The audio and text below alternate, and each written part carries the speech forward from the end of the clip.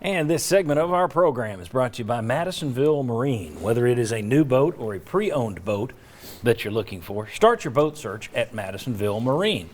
2021 Godfrey pontoons, 2021 limited edition Skeeter bass boats, 2021 G3 Sportsman Series, and many, many, many more makes and models, all at the right price. There's no better place to buy a boat than Madisonville Marine, Highway 411 North in Madisonville.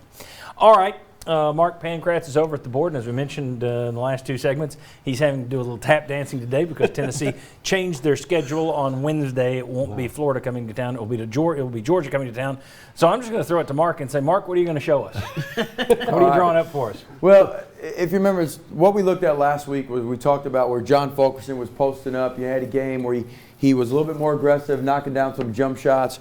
But we really emphasized how team's defense, with the lack of our shooting and playing through the post, allowed the X's, which is the opponent's defense, to really hone in on our post players, not giving John Fulkerson or Pons the ability to make a move and get to the rim. So they started posting up out further and further, but weren't knocking down jump shots. Okay, so what you saw last night with Fulkerson being out is now you saw more of a setup like this. Okay, so let's just say you had Pons here or Fulkerson here, but it can be the same lineup. But where we saw our effectiveness be last night was in guys, specifically Springer and Keon, attacking the rim, getting in space, bodies moving, the basketball moving.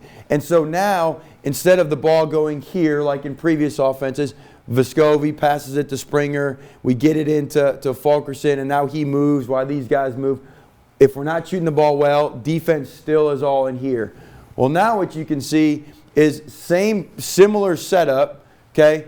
But what you saw yesterday and allowed Keon Johnson and Springer to turn some corners is if Vescovi comes and passes it to Pons, okay? Maybe that's Josiah James, maybe we go smaller, but say he passes it to Pons. Now Vescovi sprints through to the corner. Arguably our best standstill shooter now in the corner, okay? Jaden Springer, our second best shooter right here. What you saw happen yesterday, Pons now has the ball, and now it's a dribble handoff at Keon Johnson. Okay, so Keon Johnson dribble handoff. This is similar to what everything used to be a ball screen back in the day. Now a dribble handoff can get to where to be a switch. And so Yves Pons dribble hands off to Keon Johnson. Now he's coming off, gets the ball from Pons. You have both big guys occupied, right? Post player occupying guarding Fulkerson, post player guarding Pons up here because he's got the basketball. Not because he's going to shoot it, but because he's dribbling. Hands off to Keon Johnson. Keon Johnson was great last night at turning the corner. Now he turns the corner. He's either going to get to the rim, get to a spot for his pull-up jump shot, or you now have your two best shooters in Springer and Vescovi standing still with the wide open jump shot. That is a way to move the basketball, move bodies, and get players in their best spots to score the basketball, as opposed to unfairly putting Fulkerson in a position to be a one-on-one guy. That is not his best ability, especially if the entire opponent's defense knows that that's where he's trying to score. So create space, push tempo, and then move bodies to attack open blocks and get to the rim. Very good. Mark Pankratz, we let Dane Bradshaw get away. We're going to sign you to some sort of multi-year contract, so you can't go to the SEC network.